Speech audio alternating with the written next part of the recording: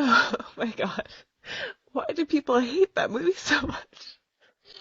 Wow, I'm it was like so silly and weird and extravagant and cool, and I feel like there's so much to say about like abuse and intergenerational trauma and like what that love means. But oh my gosh, like it really took me sideways. Like, whoa, it's like such a cliche in some ways, but how are people watching this and being like, my heights are unweathered? Like, my heights are fully weathered.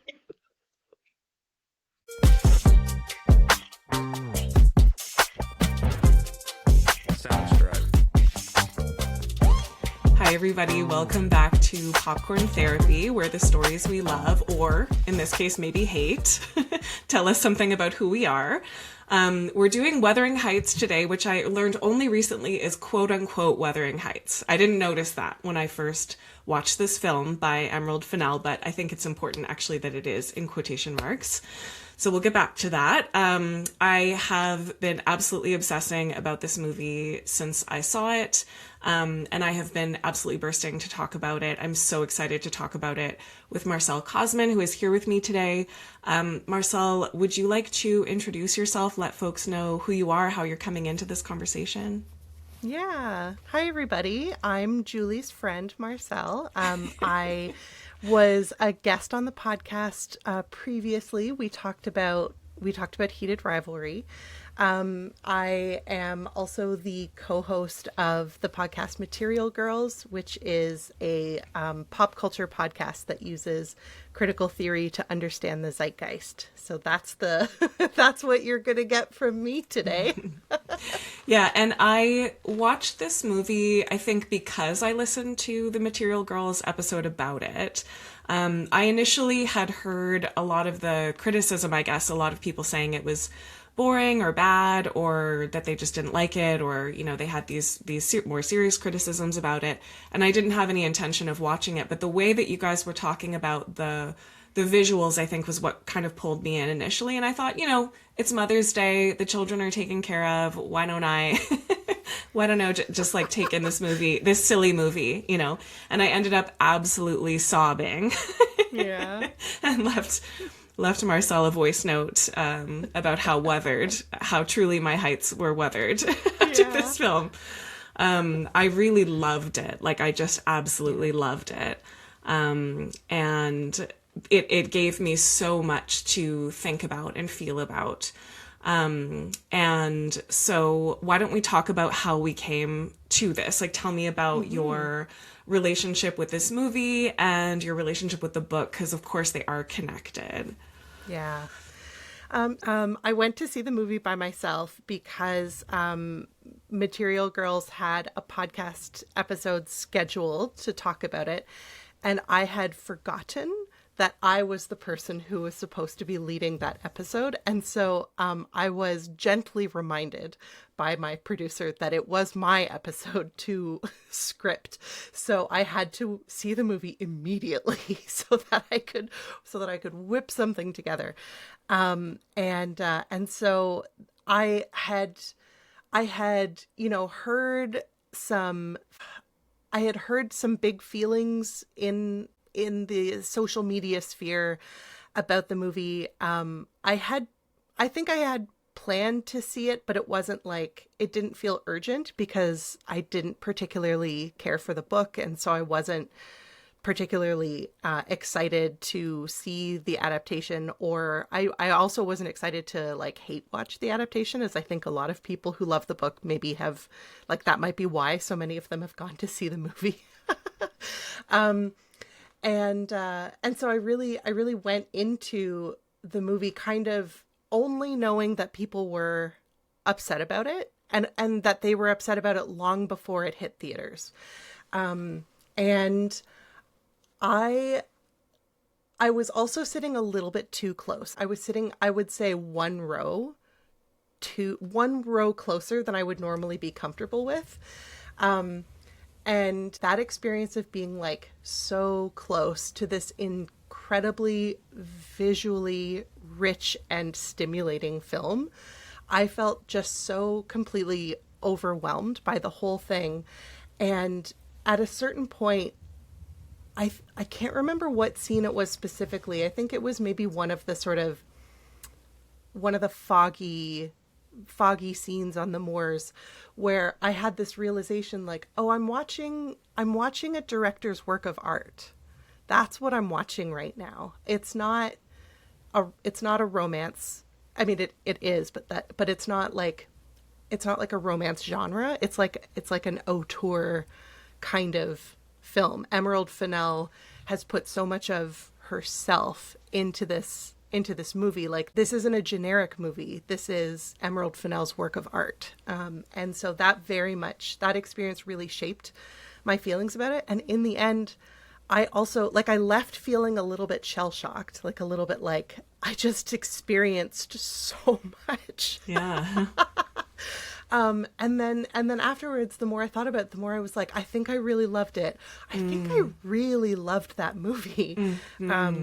So I was thrilled to hear that you also, like, were wuthered, that your heights were also wuthered by this film. Yeah. Yeah, and in so many ways, right? That overwhelm for me had so many layers to it. And when I went into it, I will say I had absolutely, well, not no relationship to the book. Like, I knew it existed. I knew that Bella reads it in Twilight. She sure Which does. makes sense, right? But I hadn't ever read the book at all. I don't think, like, even when it was sort of in high school, I feel like I read Gone with the Wind or something else instead, like, during that era. And so I had no attachment to it, no expectations of it. I didn't really know, like, what it was. I didn't have a sense of, like, oh, this is a book about X, right? I didn't even have that. And so just from the storytelling of the film itself, I loved it. I don't feel like I needed to have read the book to understand it. I don't feel like I missed any plot points. I wasn't confused by, I mean, I was left with questions, especially about Nellie. Like, I was thinking about Nellie a lot afterwards, which I thought was interesting. But I did get the sense that a lot of people who were upset about it were coming from a place of, like, I know and love this book and I have a sense of what to expect from this. And that's what I feel upset about. So for me, it just wasn't ruined by any of that. And I think my expectations were also so low because I had heard that it was, bad and boring and silly and all these things. It absolutely took me by surprise that I was so moved by it by the end. Because I think, through the first 3/4 of it, I thought it was weird. I thought it was silly. I thought it was often funny, and, like, super gross in a way that I loved. I have a bit of a special place in my heart for pieces of art that make you feel uncomfortable and pull you in and make you complicit as the reader or the viewer. And that happens in the very first scene. Definitely. So, for me, that very first scene, which for those that don't remember or who have no intention of watching this film, I mean, it's not a spoiler, it's literally the first scene. Well, I guess it is in a sense, because I think what happens is that you're watching the credits come up. It's like a black scene and it's sort of like, this film is by blah, blah, blah. And you hear the sound of, like, a tightened breath and, like, leather. And immediately your mind goes to sex, right? Like, your mind is going to sex, arousal, pleasure. And then the lights go on, as it were, and you see that it's actually someone hanging, and the sound is them, like, they're dying, right? So that's shocking already, and you're like, oh my God, that's not what I thought it was. And for me, I feel like this emotional moment of, like, expecting one thing and getting another it sets the tone for so much of the film. I think it's so important in terms of, like, I felt like the film was already pointing at me. Like, the second it started, it was like, look, you're emotionally involved now. Like, you've already done a thing that, like, you might feel a bit of shame coming up, right? Or, like, discomfort or something, because, if you had that moment of, like, arousal or excitement or titillation, and then, oh God, it's like this horrible, torture, death thing. And then immediately after that, you see kind of the townspeople. Kathy is there as a child. You know, the young boys are pointing out that the person who's hanging has an erection. Then people start having sex in the like town square. It's like, wow, okay, there's a lot happening here. Yeah. And for me, that scene also set the tone in terms of like, this is an era of violence, right? It's an era of abuse. It's an era where historically, you know, this was a culture where people would have been seeing death on display, not only death, but also like torture and cruelty, you know, on display just all the time, like death everywhere. And it made me think also of a theory that comes from Resmaa Menakem's My Grandmother's Hands. I don't know if you know that one. I don't know it. It's a really, really interesting and very effective book about how race lives inside of our bodies. White bodies, racialized bodies, and police bodies is kind of what he talks about. Black bodies, I guess, is what he's focusing on more so. But what he describes, I thought was really interesting as someone who's white with white heritage, right? Is that people who came from, white Europe often left those places to discover or colonize the New World because they were in a time of poverty, plague, death, and this like constant vicarious trauma, right? Like there's just trauma around you all the time. You don't leave your homeland for fun, usually, actually. Like you don't leave because you're like, oh, it'll be fun to discover the new world. Like that might be the narrative, but it actually comes from this place of, this is torture, this is hell, like we have to leave, right? So the way Menakem tells that story is that people came with unprocessed trauma, which is highly contagious, and then the colonizers basically inflicted that trauma on the people that they colonized, right? And so if we think about it that way, white people coming to settled lands like Canada and America are here with this trauma inside of their bodies from such a long time ago that's totally unprocessed. And then it's inflicted in all of these different ways that we're still living with today, right? And that kind of impacts how our bodies experience the world. Anyway, that was quite a long little tangent there, but it did make me think, like it primed me to think about intergenerational trauma and abuse, which I feel like you see in this family in so many other ways as well. But I think that setting the tone there was really important for me. I mean, yeah, that scene for sure, it caught me so off guard. And I'm positive I had the exact same experience that you were describing, Julie, because I 100% was thinking like sex, BDSM, some kind of like illicit pleasure, something. And then, oh no, it's state sanctioned murder. It's like, This is not what I thought it was. Oh no, he has an erection. Oh no, I don't know what I'm supposed to be. So there was so much there to process. Yeah. That I didn't know what to do with it. And then like you said, that's what sets the tone for the entire film. And not to mention that it was marketed as a bodice ripper romance. And I think it opened on Valentine's Day, right? So I think you're also primed to expect that this is what you're going to watch, right? Yeah. I forgot oh my God, it's So I feel like it has that double sucker punch of like, oh, you thought you were coming here to watch like a dumb, sexy romance. Like, guess what? You're in for a horror film, actually, which I think this was. I think it was a horror romance, which is definitely a whole genre that I feel like to the why this, why now question, maybe we'll come back to that. But romance as horror. Like, I think that's actually what this film was, which I thought was so interesting. Totally. But please, go on. Yeah, I mean, I absolutely, I think because of all of the noise about its public reception, I genuinely forgot that it was totally marketed as like a very sexy, sultry romance, and it was like, you know, like the greatest love story ever told, which, having read the book, I was like, that one? Okay. I don't know about that, but all right. So, was that in quotation marks?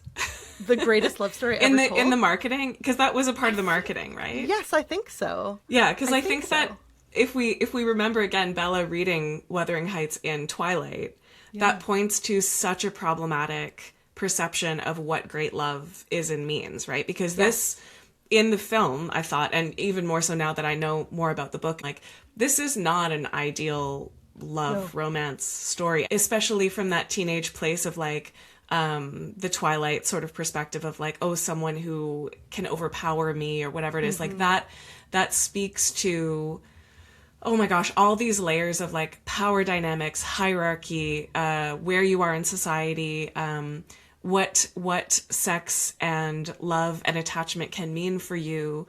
And in a society that is so messed up, which again, that opening scene speaks to, that's still true about us today, right? Oh yeah. We are witnessing trauma and violence on a level that in many ways we haven't before, because we have access to social media and like visual news coverage from all over the world and so on. Like, we witness this stuff, and then we're supposed to go and have our like happy little romances or whatever it is. It's like, it's going to impact our attachments when we have those experiences, right? So I feel like that idea of like quote unquote greatest love story ever told, like, was that tongue in cheek? Because nobody should read this as great love, really. It's complicated, obsessed, like there's interesting things about it, but this isn't what we should be aiming for our love to feel like, right? No, I completely agree. I know Emerald Fennell talks about how she, with this adaptation, she wanted to recreate the experience she had reading Wuthering Heights as a teenager, and how for her it was this intense and passionate romance. And I think, you know, when I think back to how intensely I felt in my high school relationships, that makes sense. Like, we are not fully developed people. Our emotions are they peak and they plummet. We are not rational. We don't behave in ways that are like respectful or healthy. It's just a lot of intense feelings. I mean, if you think about the way that you felt about music when you were a teenager, like, I would sometimes cry because of how profoundly I felt about, God help me, a Dave Matthews Band song. And like, the idea of that as a 42-year-old woman is so embarrassing. But like, if that's how I felt about music, of course that's how I felt about teenage romance, you know? And so so on the one hand, I completely understand like an emotional fixation on an object that was so profoundly meaningful to you when you were young, and that as an adult, when you go back to it, it means in completely different ways. And so for Emerald Fennell as a filmmaker, she's deliberately trying to recreate an experience that she had as a teenager. And so what we get is a film that is intensely about passion and longing and anger and hatred and disgust and embarrassment and desire. It's not a film and shame. It's not a film about healthy relationships. Right. So in terms of the greatest love story ever told, in quotation marks, like, of course Bella would be reading it in Twilight, because her relationship with Edward is also, having not read the books and having only seen the movies, so unbelievably unhealthy. Absolutely. A terrible legacy. Like, Heathcliff as a romantic hero is a terrible legacy. And he's obviously not the origin. He's like a Byronic hero in that he's like the tortured soul who takes out his suffering on the women around him. You know, like, he didn't, Emily Bronte didn't invent that archetype, but she might have epitomized it. You know? Yeah. Can you say more about what that means, Byronic hero? So, so Byronic hero is a literary term. It comes, so Lord Byron was friends with Mary Shelley and Percy Shelley, Mary Shelley of Frankenstein. And he was he was a poet, and he was a known rake and a known tyrant. He was just like not a particularly good person. And so I think I hope you don't have any literature scholars listening right now, because they're gonna hate what I have to say. It's like the way that the Byronic hero like means in popular culture is this tortured artist type. Okay. Yeah. Who is like abusive and emotionally unstable and like disrespectful, but also like deeply appealing. I've heard people describe the Phantom as in Phantom of the Opera as a Byronic hero, for example. So yeah, it's a heroic archetype, not a healthy one. Right. Yeah, so I've heard different things about how to understand Heathcliff in the book. And one thing I find really important about the book is that it has this unique nested storytelling kind of narrative, right? So we're hearing the story through Lockwood, who Lockwood is like way after the fact meeting Nellie. This was one of the things that I didn't like about the book. I was like, what? Like, who is this guy? Like, this guy's telling me the story that he heard from Nellie, and Nellie's Right. retelling it as, you know. Yeah. Right. Yeah, but that seems to be part of the reason why this movie has been adapted like every couple of years since. Yeah. Even before 1939, there was like a silent film of Wuthering Heights, and then 1939 was Laurence Olivier, and then like there was one in 2023, I think, 2011, like there's just so many of them. And I mean, I haven't seen honestly any of them, so I don't know how different they are, if there are like lots of different ways of looking at it, but I think it is key to this book that Nellie is understood to be an unreliable narrator, and you're hearing her story through a whole other dude who wasn't there. And so right. there's a lot of room to be like, what is the real story, like underneath this story, right? So I've heard of Heathcliff in these different ways, like that he's like this horrible abuser villain, that he's a Byronic hero, that he's a victim. I also heard some really interesting stuff about how Heathcliff could represent the Moors themselves, like the capricious kind of nature. And there's this theme in the book and the movie too about like the attempts to control what's natural.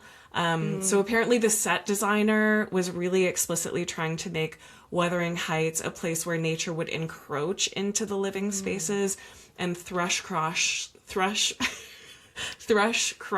Grange, which I find very difficult to say, was a place where it was all about controlling nature, right? And so Heathcliff is like the Moors themselves, like you don't know if it's going to be sort of like beautiful and sweet and calm, or if it's going to be this like kind of dangerous, tumultuous, stormy kind of energy. And I've also heard a theory that Heathcliff is Emily Bronte, like this wild sort of like because she was sort of this reclusive writer, I guess, and there's lots to say, I guess, about the Bronte family, but they lived in this very isolated place. And I thought the isolation in the film was very much an aspect of it. And, you know, to speak to the greatest love story ever told, or the attachment piece, which I'm trying to fold all my tangents in together here, so you can tell me later how I'm doing. But that, you know, what's interesting about the love piece is like in a world of abuse and isolation and vicarious trauma and a lack of love, really, like with all of these power dynamics and so on, Heathcliff and Kathy were each other's only person, right? And like that's why the attachment was so intense and in many ways so unhealthy, because there was nowhere else for that attachment to go. Yeah. And I feel like you see that and you feel that in the film in a lot of different kinds of ways. But yeah, I loved this theory that Heathcliff was actually Emily writing herself as like this weird kind of outcast, like people don't get her. And the book was really had mixed reviews in the beginning and was criticized for being like uncouth and, you know, too sexy, even though it was all like this frustrated desire stuff, and some similar criticisms to what Emerald Fennell's movie is getting, which I think is kind of an interesting irony. Yeah, definitely. Yeah. So, so all of the reading that I've done about adaptation comes from Linda Hutchin, who is she probably surely retired now from University of Toronto. And she wrote a book called The Theory of Adaptation, and she talks about a number of things that I think are sort of relevant here. And the first one, right away, you had talked about how when you saw the movie, you were able to understand everything. You didn't feel like you were missing anything. You did have questions, but it wasn't like there were things missing from it for you because you hadn't read the book. And Hutchin would say that is precisely what an adaptation is supposed to do. An adaptation has an origin, possibly more than one.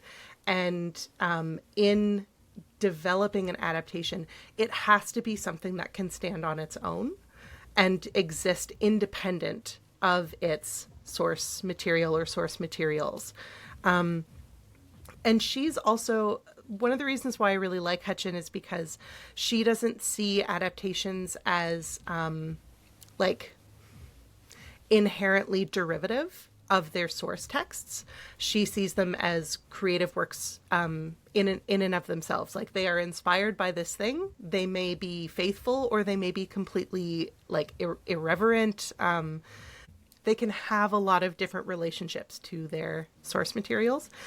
And Emerald Fennell puts Wuthering Heights in quotation marks. And she talks about how, we used to do that with film adaptations. We used to do that all the time. The film adaptation was just in quotation marks, but we've really gotten away from that. And as a result, I think Marcelle thinks that we've gotten culturally in the habit of thinking of film adaptations of novels, especially like classic works of literature. I think we tend to think that film adaptations owe something to those source texts because those source texts are so culturally significant and important. And so it is somehow incumbent on the filmmaker to recreate the world of the novel in the film, which is impossible in so many ways because, obviously they're two completely different forms, but also because translating something from written text into film, page for page, moment for moment, you can't tell the same story in these two different variations. And so there is a kind of translation that needs to happen. People who make adaptations have to make choices all the time about what am I going to represent? And I think one of the things that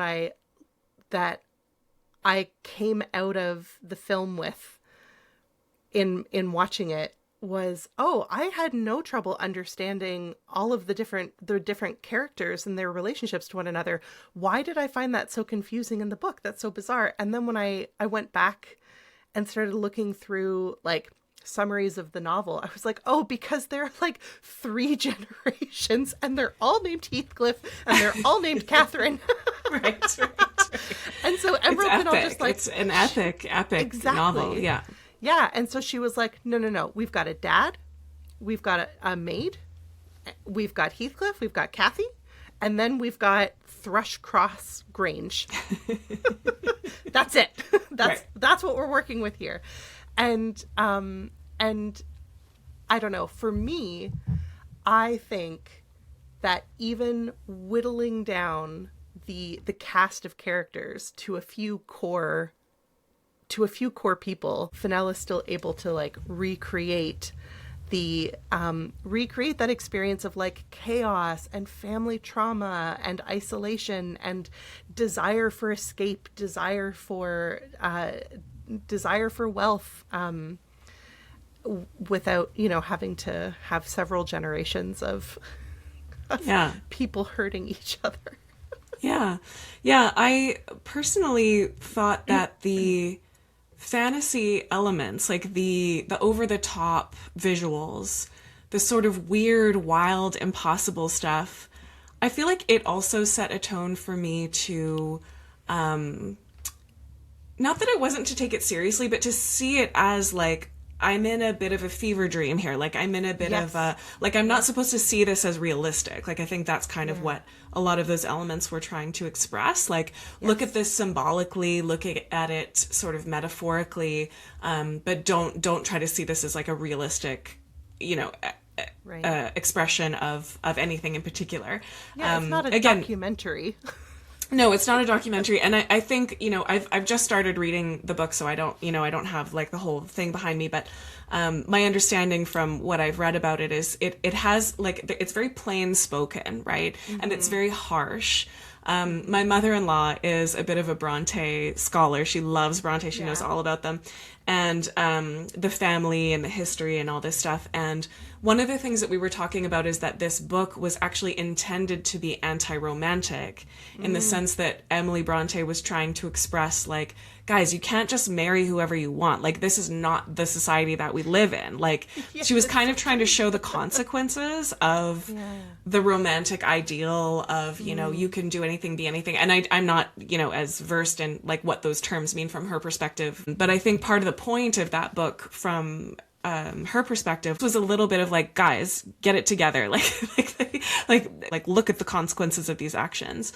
And so of course that's very different from an adaptation perspective, but I did like that. I felt like it was just the whole thing had its tongue in its cheek the whole time. Like I just didn't think that I was ever supposed to see it as like literal. I mean, there was that moment when Isabella, who I loved. I think she was maybe my favorite part of this. She stole every scene she was in. And, you know, when she was doing her puppy play thing, which there's more to say about that, but I was like, oh, everyone in this movie is kinky. Like everyone's kinky and everyone has the same kink. Like this is not real. This is not meant to be realistic, right? Like this is a world where we're folding our social and physical frustrations and anxieties into sexuality in a way where we're pulling together, just like that very first scene did. Death, sex, anxiety, frustration, attachment, abuse, need, consent, pleasure, like everything's mashed together in these sex scenes. And I just thought that was very funny. Yeah, I think you're so right. So, can we talk about a few of those fantasy elements for a second? I had some favorites. Yeah. I think my favorite was the pink room that was designed to exactly match Kathy's very white skin color. And, you know, including her little freckle. And the moments where that wall, like the one wall in particular, became a bit of a character, like there were moments where she leaned up against it. You could see it sweating. Like when she had the leeches on her, the leeches were also sucking from the wall. That's right. Like there was something about the wall that felt very like you're inside, but you're outside. Like it was very Woman in the Yellow Wallpaper. Like, absolutely. I feel like it was kind of trying to be a reference to like the like something living in the walls trying to get out, alongside with the explicit dollhouse metaphor in Thrushcross Grange, where Isabella was making the dolls and bringing her into the dollhouse. And, you know, you were in my room of ribbons, which has a little kink, you know, theme to it now in retrospect. But, you know, there's now you're kind of inside of the dollhouse. We're placing you here. And just how creepy and weird that was, and how much it was kind of like, you know, we've created this room to match exactly our perception of you, and how we want you to look, I guess, as opposed to you being the natural person that you are. Like, I just thought there was so much to that super weird wall that I just loved. And you and I have talked a little bit about how this pokes over at the sort of theory of the abject a little bit. So I would love to hear you talk about that a bit too. Yeah, I would. I'm very excited to talk about this. So I want to start by saying that my understanding of the abject, it comes from one major, an important but only one major text by Elizabeth Gross. She talks about the abject and the signification of the body. But basically, for folks who are unfamiliar with the concept of the abject, what abjection means is that we have this surface of our body's surface, right? And the surface of our body we can think of it as a kind of notional border. So the barrier of our skin itself like represents the separation of our subjectivity, ourselves, what is us, from the objects in the real world. So I think it's not unrelated to like the Cartesian dualism of like mind body, like the mind has supremacy over the body kind of. But so like I am a subject, I have ideas and thoughts and feelings, and everything outside of me is an object. So this table, this chair, this microphone, this computer, these are all objects. Cultures all over the world, but also very specifically, Western culture really ritualizes the separation of the body to the outside world by policing the body's perimeter with like signs and rituals. So as a result of this cultural ritual policing of our body's borders, we are socialized to see acts and materials that cross or question the body's perimeter as abject. And when we view them as abject, we view them with disgust. And so that's one of the reasons why things like sex, poop, urine, vomit, like all of these things, it's not, they're gross and icky, but they're also like culturally, symbolically gross and icky. We don't feel comfortable talking about them. They're shameful, etc. But one of the things that Elizabeth Grosz, by the way, it's Grosz, but her name is Grosz. One An of the things appropriate that name for a study of the abject, for sure. Exactly.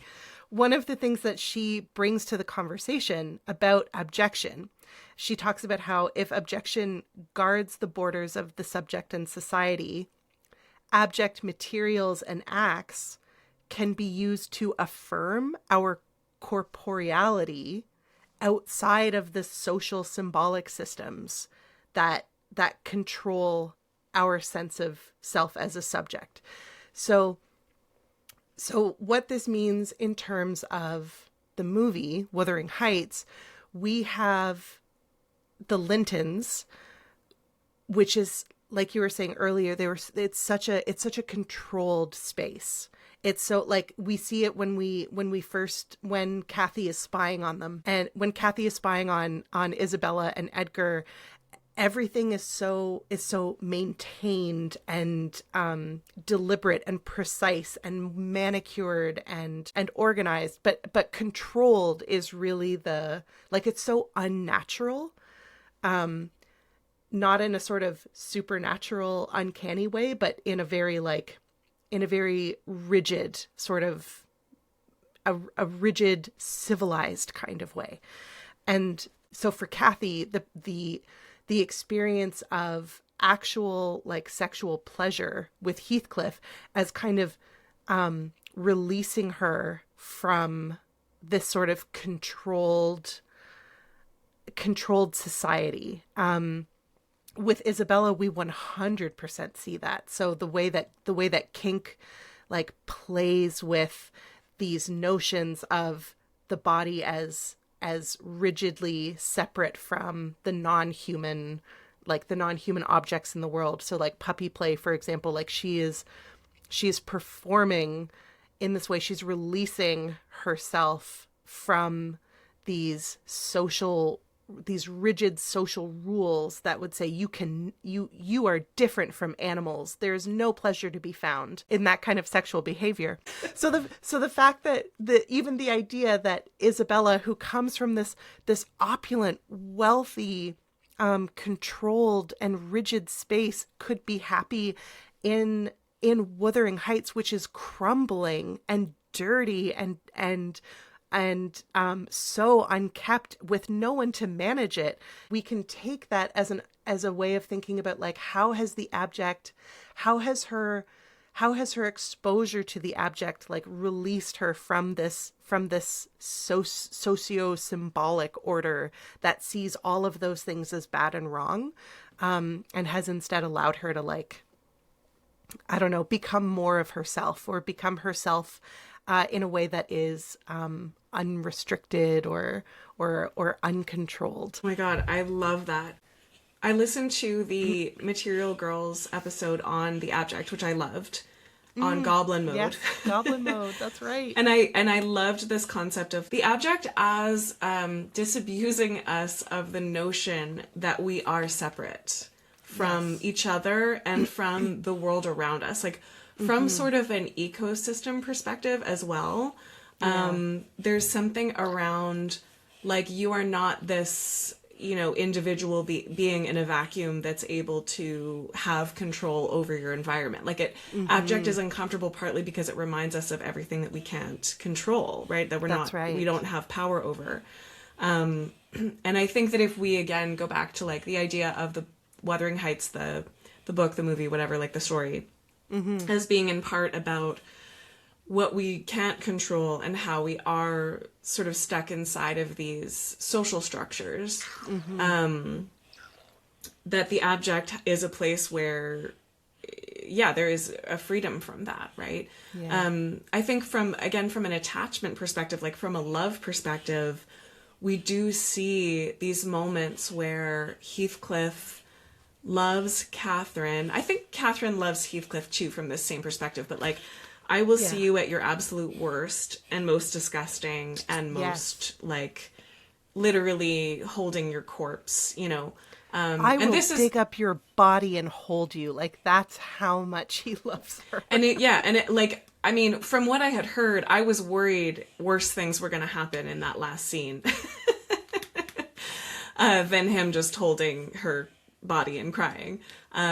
Worse things happened in Nosferatu, I guess, that I was thinking of. But yeah, in the book, he digs up her grave apparently more than once so that he can touch her body, which is like wild, right? But yeah, one of the reasons that I married my husband was because I got sick in front of him in Mexico and he didn't judge me. Yeah. Sorry, my baby's whining. I can't mute him selectively. But yeah, he, you know, like, I was able to get sick with him and not be rejected, right? And I was like, oh, maybe this person really loves me. Like, maybe he really sees me for more than just like my prettiness or what I can give him. But yeah, I think there's something really powerful about being loved for, or maybe not for, but like with your fluids and your sicknesses and your failures and like the ugliness that we all have, right? Yeah. Oh, and the pink wall as like, you know, that sweats and leeches suck something from it, whatever. Like the pink wall is such a moment of, you know, Thrushcross Grange keeping the outside stuff just barely on the outside, and this literal living wall kind of being gross, you know, like being disgusting and kind of being like, I'm not totally contained here, right? Oh, yeah, I think that's so cool. Yeah, the wall, like, I think the wall is an example of one of those things that, like, absolutely causes us to question, like, the sanctity of the body. Like, if the wall is alive in the way that our flesh is alive, like, what is the difference? Like, what's happening there? Why, like, it's haunting in this way. What's behind it, you know? Is there blood behind it? They've got leeches on it. Yeah, like, what are the leeches consuming? Yeah. Because they are stuck on there, right? Yeah, definitely. Yeah. Yeah, and I think if we think too about like Kathy's first exposure to sexual pleasure is that scene with Zilla and Joseph, right? And we meet up with her later on the moors in private, trying to figure out how to masturbate. With, like, obviously Nellie never talked to her about this. You can tell. And Heathcliff finds her, sees her. She's so embarrassed. And he takes her fingers and puts them in his mouth. And that, like, it just feels like such, it's it's like sexy in a way that I was not prepared for when I was watching. I was like, oh no. Oh my goodness. Right. Oh my goodness. I like clutched my pearls. Just the early weathering. The early weathering, exactly. Like he's taken her hand, which has breached the barrier of her own body, and then he uses her hand to breach the barrier of his body in this way that's like so Intimate. and he like intimate and like looking her like perfectly in the eye while he's doing it. He didn't, and that's, I'm so sorry. Am I allowed to swear? I forget. I can't believe that they didn't immediately consummate their love on the misty moors. But instead she runs away. Yeah. I think that the concept of sort of abject and shame, and I think from the episode that I listened to, it was Julia Kristeva who came up with this originally, around that's right. specifically pregnancy and like the womb space and the body being inside of the body, and how that is so strange, and like the experience of being pregnant is so abject. Like if you've ever been through it, you know, it's like there's a lot of fluids involved, and you know, giving birth is so wild in terms of those things. And I think you can also have that shame for yourself of just like, oh wow, like my body is being such a body in a way that I used to be able to control these things, you know? Yeah. But I also feel like, there's like a rebellious aspect to like to goblin mode, specifically the way that you guys were talking about it, like being willing to be a little goblin, to refuse to make your hair look professional from a race perspective as well, right? It's this kind of like the correct contained clean bodies are white bodies, right? Like quote unquote. And so the idea of like, I'm not going to make myself look quote unquote professional today, especially from a racialized body perspective. There's something about that that's like empowering, right? It's like, I'm going to reclaim the truth that I am in a body, and stop trying so hard to look how everybody wants me to. Yeah. Yeah, it's, I mean, I think thinking about pregnancy in relation to Wuthering Heights is also like so relevant, because Kathy tells Nellie that the baby has died, that her fetus has died, and Nellie doesn't believe her. She thinks that Kathy's being dramatic. And so as a result, Kathy herself ends up dying of sepsis. And so we end up having this scene where she's bleeding out, and it's like the quantity of blood is so exaggerated, but at the same time, is from an abject perspective, like Kathy in this moment is like uncontainable. She in this moment has like Nellie has tried to contain her, Edgar has tried to contain her, Heathcliff has also in his own way tried to contain her by like making her be with him instead of like being with her husband, and they've all been unable to control her, and here she is, just like the vital essence of her blood is just seeping into the entire room, flooding the entire room. Yeah.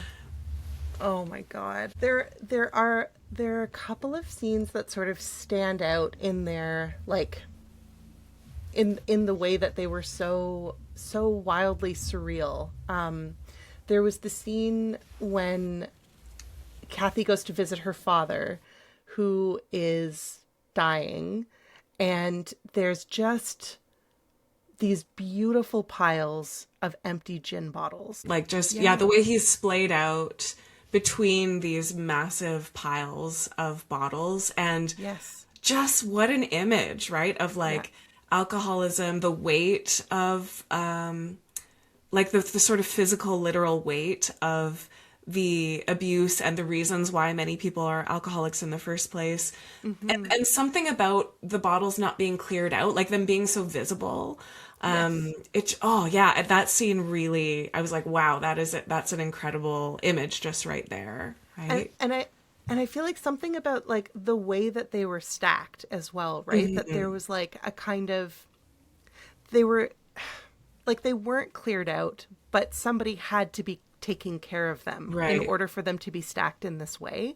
Which again maybe feels- speaks to the isolation, right? It's like they're not having the recycling, truck come by once a week and clear out the bottles. Like, where else are they going right. to go, right? Yeah, absolutely. So the bottles themselves become the furniture. The bottles become the walls. The bottles become the windows.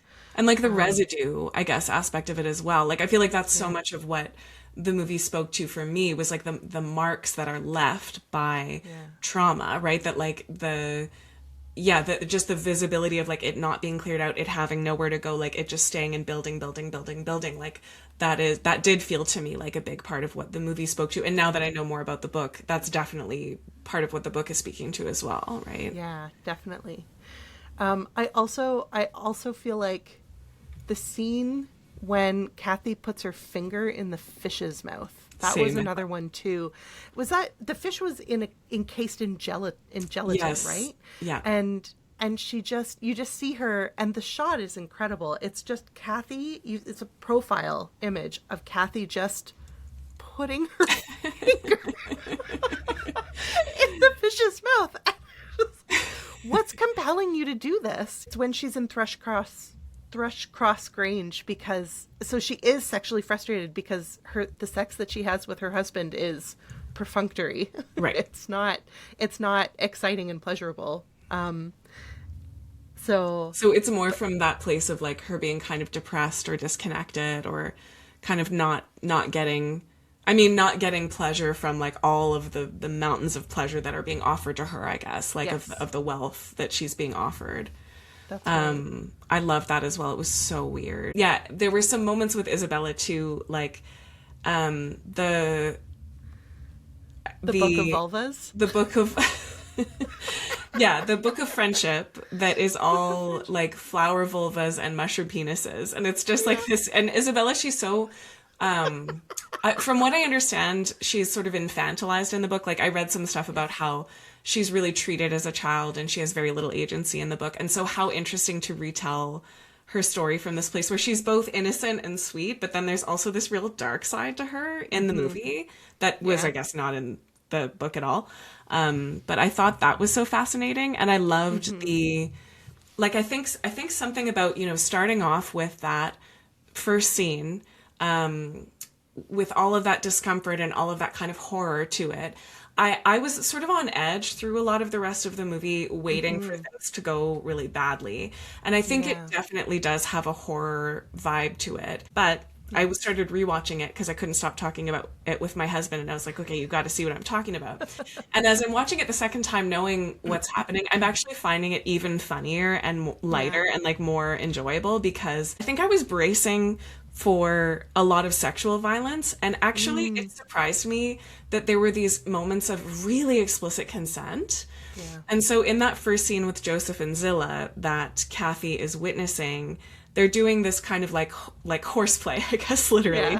And he's got some sort of contraption over Zilla's face, and she's like, pull it tighter. And he kind of gently says like, it'll break your teeth. And she's like, tighter. And it's a really a moment of like, these two absolutely trust each other and care about each other. And they're both like absolutely 100% fully wanting to be here. And then we hear sounds of like giggling, laughter, pleasure. Like this was not a non-consensual situation at all. And I was so surprised by that. That's just not what I thought I was going to be watching right after that first scene. And then of course I was surprised that in that, with Isabella, Heathcliff kind of naming to her, here are my intentions. This is what I want. This is what I want to do for you. Do you want me to stop? He asked her that several times, and she keeps saying, no, I don't want you to stop. And so I loved the puppy play moment again, just to come back to that. Not knowing that in the book he kills her dog. Okay, this is like a layer that like I was not aware of. Okay. I forgot that he kills her dog. Oh my god. I feel like there's a darker layer that I was not like I wasn't thinking about. Obviously I didn't know. So that kind of darkens it a little bit for me. But in that scene where she writes this letter to Nellie and she's like, he's monstrous and I'm under his spell and I'm trying to escape and I can't get away. And then Heathcliff is like, you didn't make it sordid enough. She's like, I thought it was pretty sordid. Like, yeah, exactly. He's like, it's not getting Kathy's attention.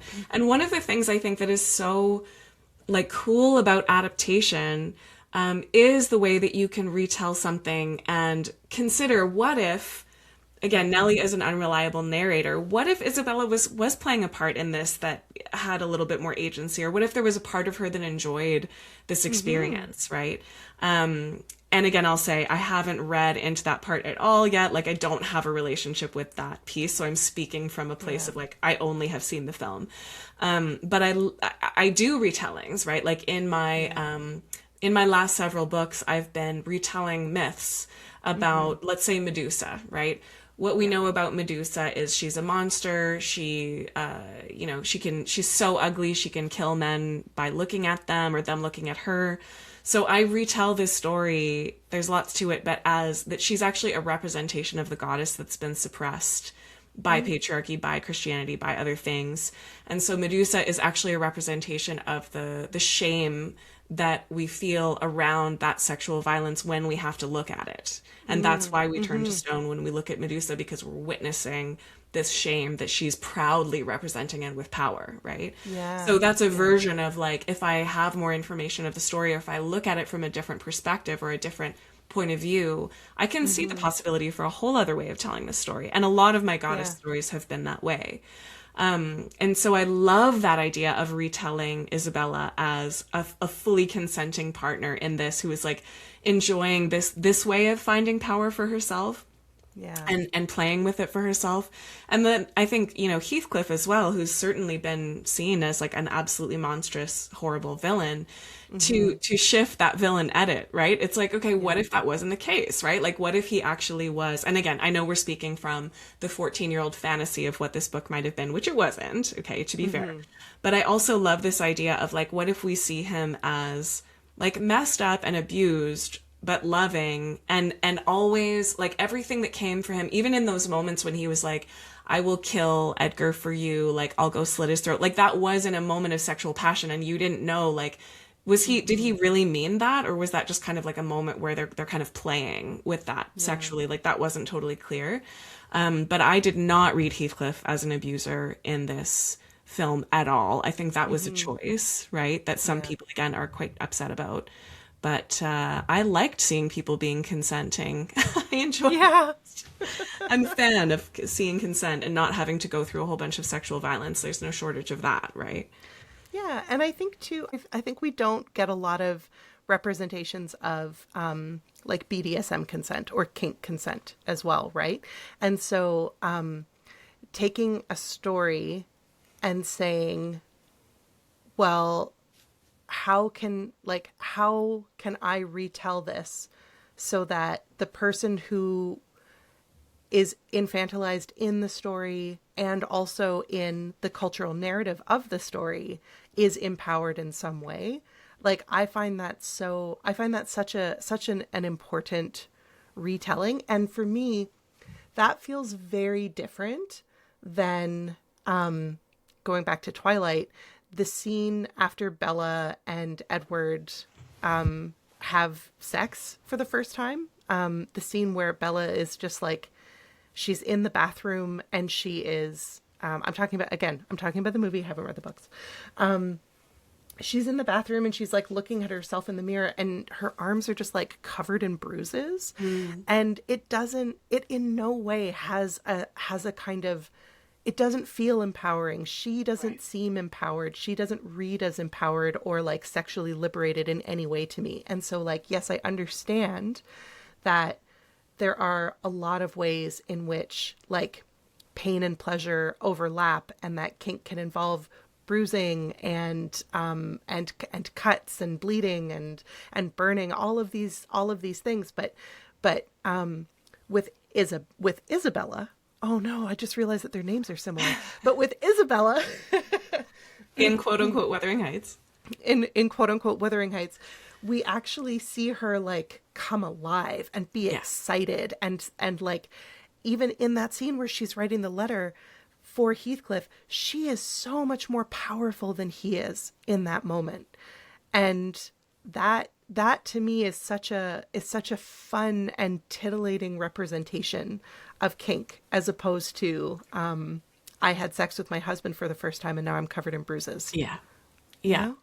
Yeah, and I loved as well that, you know, when she was collared as a puppy, Nellie walks in and she does not flinch. Yeah. She doesn't hide in shame. She's not the least bit embarrassed. She sticks out her tongue and starts panting. That's Like right. with full eye contact with Nellie. That's right. And Yeah. Nellie is just like, I want no part of this. And Isabel's like, too bad you're experiencing it. And it was just so like fun, like how much fun she was having with it, how delighted she was to be in that role. Like it really felt that, you know, it was that kind of, I don't know, just like the kind of Dom sub dynamic where we acknowledge that the sub is actually the one with power because the sub is the one that can say when that's enough or whatever it is, what they need. And the Dom is in many cases in service to the sub, right? And that was kind of what was happening. And I mean, what a weird way to interpret that for sure. Like I doubt that a lot of people reading Wuthering Heights were thinking of that. But why not retell it in your quote unquote adaptation, right? Like, I don't know. I thought that was exciting. Like, I thought that was really cool and fun and funny. I personally really liked it. Yeah. Yeah. Obviously one problematic place with the adaptation, and I'm sure there were many and like full space to people who really had problems with this film, but the casting of Jacob Elordi was criticized before the movie even came out, right? Like people were upset because of the racial connotations and so on. Yeah. So I guess I want to start by saying that I'm really surprised that none of the conversations I've seen about Jacob Elordi cast as Heathcliff have engaged with the fact that both Edgar and Nellie are cast as people of color. And so I'm really curious why it only matters that Heathcliff is not played by an actor of color. I think that the choices to cast both Edgar and Nellie with actors of color is really thoughtful. So initially, I thought of Edgar and Nellie as both being race-blind cast, but it was my co-host Hannah who was talking about how we can actually think about like, okay, but Edgar is this like new money. So like clearly coming from the sort of unknown away into this tiny little isolated space. And so in a lot of ways, like there's some, I think, really deep and interesting connotations with having Edgar played by a South Asian actor. And then having Nellie, who is similarly like, where does she come from? Like she's also herself isolated. And at one point, Kathy even makes a comment to her when she's a little girl, I think, about how she doesn't really belong there, you know? And so choosing to cast Nellie with an Asian actor as well, I also think is really interesting and shows that like the director is thinking about the implications of what it means for these two characters to be visually racialized. Right. And so that's sort of my one poll of like, I don't think Emerald Fennell was thoughtless. I think that she made these decisions like intentionally. Right. So I have seen some criticisms that like if it is coming from a race blind perspective, like let's just throw in some people of color wherever. I have seen criticisms that Nellie is the villain and Edgar is kind of a buffoon. And so there's from that perspective, if you read it that way, it's problematic that the actors of color were kind of pushed into these othered roles. Sure. And my feeling about that is that Nellie is an extremely central character, extremely complex. The villain, I think, in a lot of ways, but also sort of, I don't know if it's well-intentioned exactly. Like you see her being quite petty at certain points, but I think a lot of it comes from like, come on, girl, like get your head out of the clouds. You're not marrying Heathcliff. Like just live the wealthy life. I think there's also something interesting, and this is somewhat of a half-formed thought, but if it is intentional, right? Like if it's like, I'm thinking clearly about this, I'm choosing to cast, you know, Jacob Elordi as Heathcliff, and then I'm choosing these specific people to play these other roles. You know, there is such a history, especially in the US and Canada of Asian people as the model minority, right? The idea of like, you're a minority, but you're not as threatening as like, say, a Black person or, you know, whatever it is. Like, you're allowed to be in these white spaces and have some privilege and power, but only if you follow the rules and only if you're quiet and only etc. So Nellie has so many moments of that. I think especially when they move to the Lintons. And she's like, what's wrong, Kathy? Like, is this place too warm, too comfortable? Like, is it too rich for you? Like, come on. Like, if you think of it from that perspective, if it is intentional and if Nellie, the character in the movie, was an Asian woman, you know, then she would kind of be speaking from like, don't threaten our position of power because we are just on the edge of losing everything. And I understand that as an Asian woman in a way that you, beautiful white woman, have never really had to think about. And I think Margot Robbie as Barbie exemplifies that, right? Like, I think Kathy does have this sort of general like entitlement, and she's like, oh, there's a little bit of blue in the sky, which means that, you know, the rain will pass and we won't be abused horribly by my father. Like, it's this optimistic white woman kind of like, everything's going to be okay because there's a tiny spot of blue over there. Whereas Heathcliff, from his perspective, which we'll talk more about, he knows how dangerous that is for him to be late in a way that Kathy kind of doesn't quite get. And so I feel like there is a way of looking at Nellie as like that she's aware of that danger. And so that's why she's doing a lot of the things that she's doing, is trying to protect the like modicum of power that she has in a society where, you know, named as an illegitimate child of like a lord, I guess, and someone else.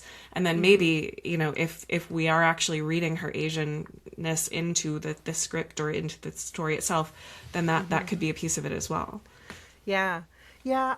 I also really resist a reading of Edgar as a buffoon. I read him in this film as incredibly kind and incredibly patient and tolerant. He's Isabella's guardian. This character in the film very clearly wants to take care of people who need to be cared for. That's it. Like, he puts up with Isabella's very bizarre like, he puts up with so much. She is from her. very buffoonish. I think Isabella is very buffoonish. Totally. But, you know, he's not a buffoon. He knows that Kathy and Heathcliff are having an affair. He's aware of that. Right. But, like, what is he going to do? Is he going to cast her out? He's not that kind of person. He is the same, like, he doesn't grow as a character particularly. He's not an especially, like, rich or dynamic character. But his role in this film is clearly, like, a devoted husband. Like, he made a choice. He was going to marry her and care for her. And he does. Until, like, maybe he is in love with her. He obviously thinks that she's very beautiful. He painted her entire room to match her face. Yeah. Cross Grange is buffoonish, but I agree. I find Edgar to be quite serious, actually. Yes. And, you know, there is that moment at the end where Kathy has died and he comes face to face with Heathcliff. And I felt there was such a moment of like, we have both lost someone who's really important to both of us. And like, I felt like there was just compassion between them in a way that there didn't have to be. Right. Yeah. And I see that as complex. I see that as loving. Definitely. I see that as serious, not buffoonish. Yeah. Yeah. Buffoonery definitely. Around him, maybe, or like on the for Linton sure. side, but like not actually that character, and not the way that actor chose to play that character Definitely. at all. Yes, I completely agree. Yeah. Yeah. Yeah. Okay. So why do you think why a Lordy? Why are we not having a Heathcliff of color? What are your thoughts about that? I mean, I can't speak to why Emerald Fennell made the decision she made about Jacob Elordi, but what I want to say is that I don't think that we need more men of color being cast in abusive roles towards women. So I think because we live in a fundamentally white supremacist society, I think that Jacob Elordi was able to play Heathcliff in a way that undermined the history of him as an abuser, the literary history of him as an abuser, so that Isabella could actually have power over him in Ooh, yeah. their relationship dynamic, Right. in a way that I doubt would have been possible if he had been cast as an actor of color. So that's, I think, I think that that's important. I don't think we need more male actors of color being represented as abusers on screen. I think Right. that that's a trope that is extremely toxic and unhealthy. Yeah, so personally, like, oh no, is this canonically abusive man being played by a white man? Oh no, like, I don't care. That's fine. I'm fine with that. Yeah, I mean, taking that risk of being Heathcliff, right? Like, I don't think he came off as an abuser in the film, but there was a lot of violent energy, aggression, toxicity. And as you're saying that, I feel like that would have been so much more risky for an actor of color to play, because there is room, I guess, for a white actor to be able to be maybe a bit more of a villain, maybe a bit more of a this or that, whereas the racist assumption would already be sitting there, right, for an actor of color. Well, as we're thinking about it now, yeah, I don't know, like, was it a missed opportunity, right? I mean, there are really wonderful actors of color who would have, you know, done this brilliantly. And I am curious if this is thoughtful, right, on Emerald Fennell's part, or is it just one of these things where, like she has said, you know, Jacob Elordi looks like the guy on the cover of the first version I read of Wuthering Heights. Like, it was just an association she had, and they worked together before on Saltburn, I guess. So That's right. Like, for her, she only wanted him. Like, I think that was, it was already in her head that she was going to do that. So I don't know how much she thought about, like, should I, you know, consider getting an actor of color, like, what would that have meant? I think one of the best things about adaptation is you don't have to be too historically correct or you know, follow things too closely. Like, I think Bridgerton is another interesting example of, like, you know, speculative fiction, world building, like, yeah, let's bring this in and let's change it up a little bit. I don't think you either have to follow, like, the book exactly. I don't think you have to follow the historicity exactly. And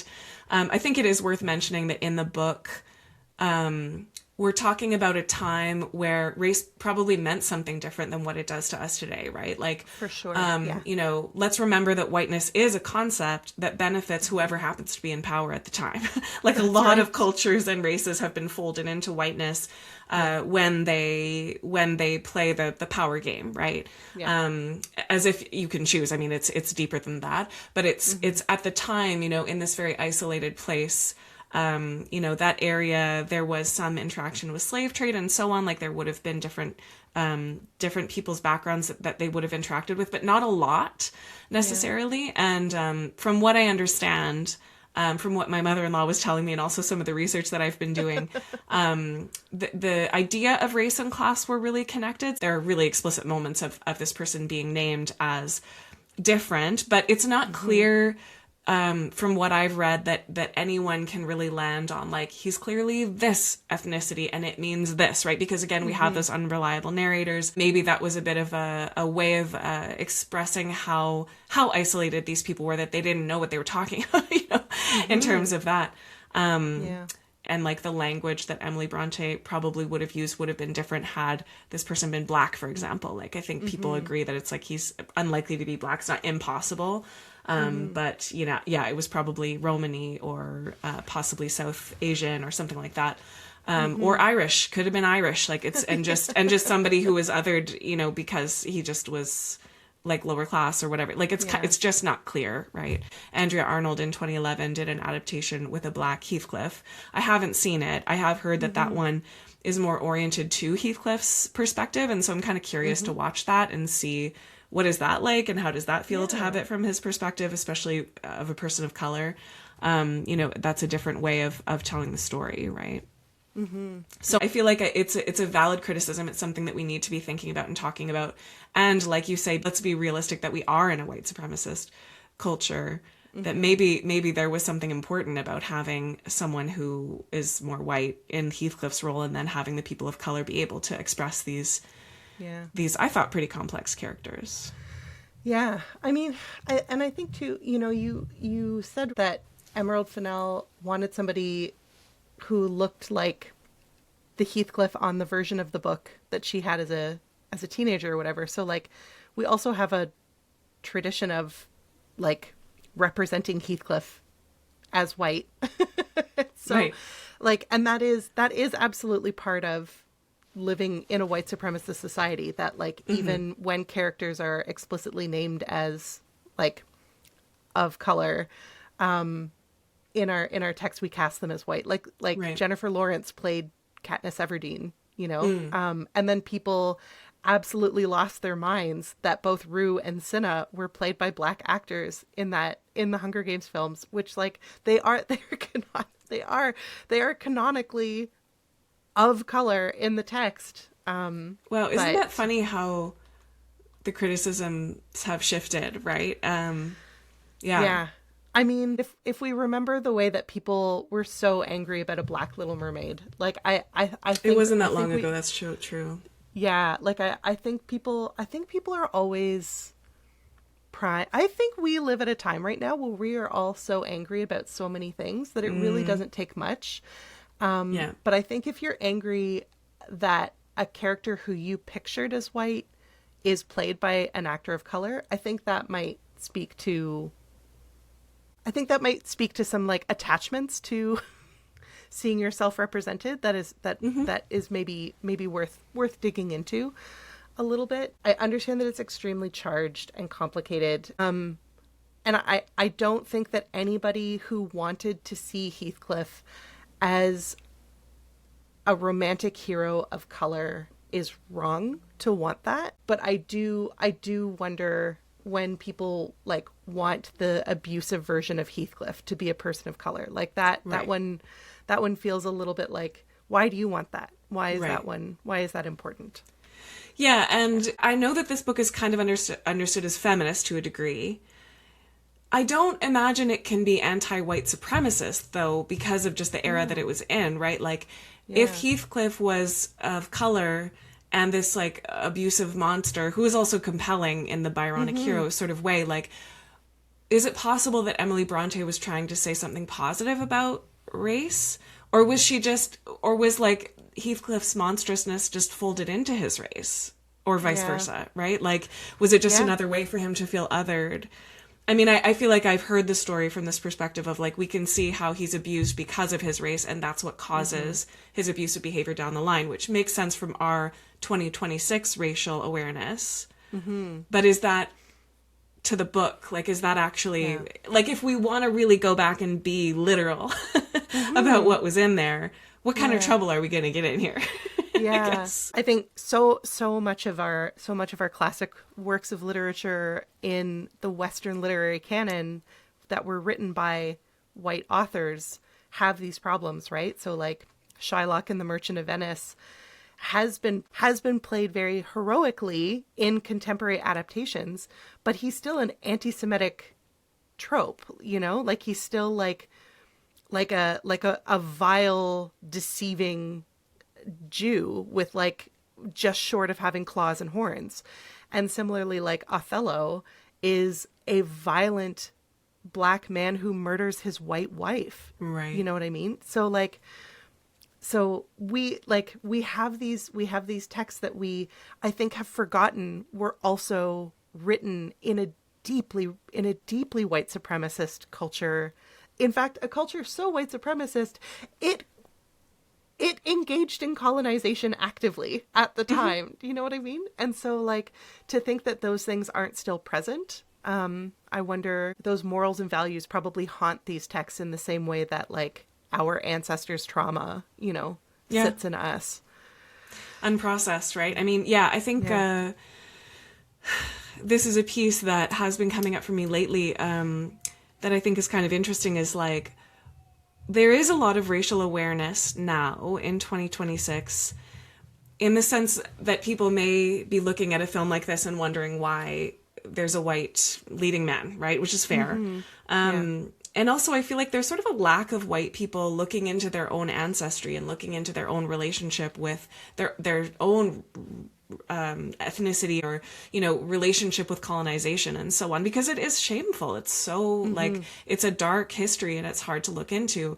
But I don't know that we're going to solve these problems without white people actually doing that work for themselves, right? As opposed to like, you know, putting it on people of color to like explain things to them, or appropriating, you know, cultural rituals or whatever from other places, which, you know, I have done as a, you know, a white person who has felt like a missing soul from a spiritual perspective, because, you know, growing up in Christianity, it's been like the religion of the colonizer and has so much violence and sexual violence and so on, power dynamics and things like that involved with it. So it's hard for me to feel like I can connect with that, you know, in that way. And so it's been interesting for me to look further back, like what about my people before, you know, patriarchy and colonization and all of those things, like how far back can I go? And that's what a lot of what I've been doing with these goddess books as well. So anyway, that's kind of a long way of saying, like, yes, we can criticize these movies, but just like at the very beginning, when, the movie points at us and says, hey, it's you too, right? Like, could we also bring that with us a little bit and kind of be like, what is coming up for me that's uncomfortable here? Like, could I sit with that, as opposed to, you know, I don't know, just pass the movie off as bad, or, which, I mean, you're allowed to not like it. Like, let's be fair. Obviously, this is not going to be everybody's cup of tea, which is fine. And I'm not in any way saying that it was a perfect movie or that everyone should like it at all. Yeah. But I thought it brought up some really, really interesting things. And one of the things that was interesting to me is how angry people are about it, like how much they've hated it and the problems that have come up with it. I just think, like, obviously some tender point has been poked. Yes. So what is that, right? Yeah, definitely. So thank you so much, as always, for being here and sharing your thoughts. That was really awesome. It was such a pleasure. I really enjoyed talking about this movie. I just love this movie. I really loved it too. Yeah. I really hope that anybody who's listening who like had a reaction to the movie where they just like knee-jerk didn't like it, I would love for them to give it a second chance and go into it with like, no, it's supposed to be ridiculous. Go into it from like, this is an over-the-top work of art. And if you can separate out the expectations from the adaptation or other things, then, like, is there a different way of reading this? If you can set aside, maybe the discomfort of the object is again, one of the reasons people had such a visceral negative response to it, right? Like, if that could be interesting or queer, or like if there could be something kind of cool about that, does it feel different to watch it, right? That's right. Maybe not, and that's fine. But that's okay. We loved it as it happens. Thanks, Marcelle. Bye. Thank you so much.